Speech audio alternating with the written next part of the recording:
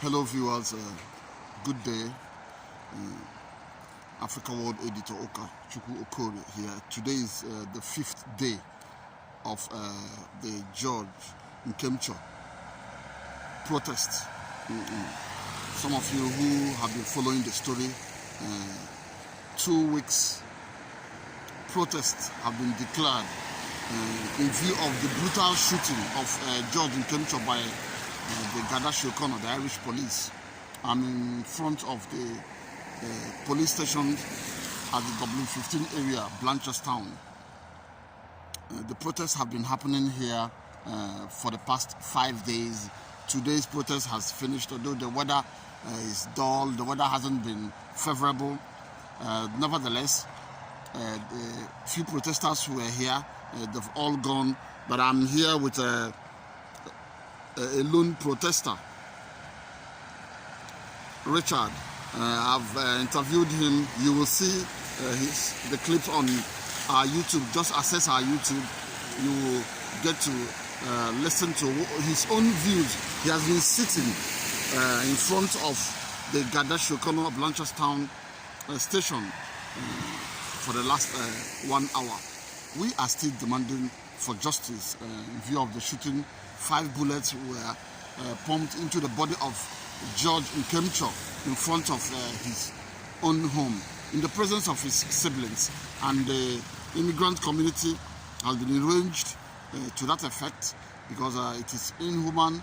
No amount of excuse can be given for such a brutal murder by the trigger-happy Gada member.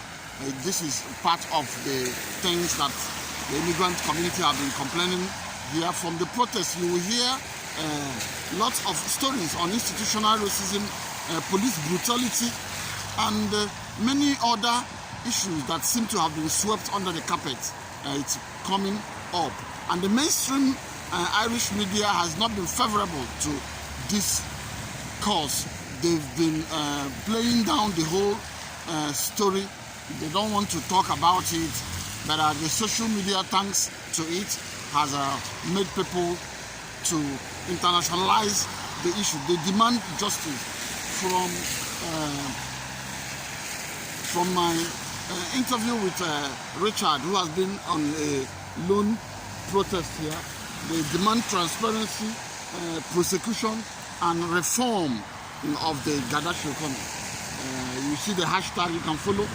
Issues, justice for George Nkencho, no racist Gada, because from what has been happening, from the messages across board in the Isle of Ireland, because the protests have not only been in Dublin, it's resurrected in Athlone, Balbriggan, Longford, other counties. Many are beginning to talk because of the shooting of George Nkencho. A lot has been happening in this republic, irrespective of the fact that Ireland is perceived to be a peaceful place.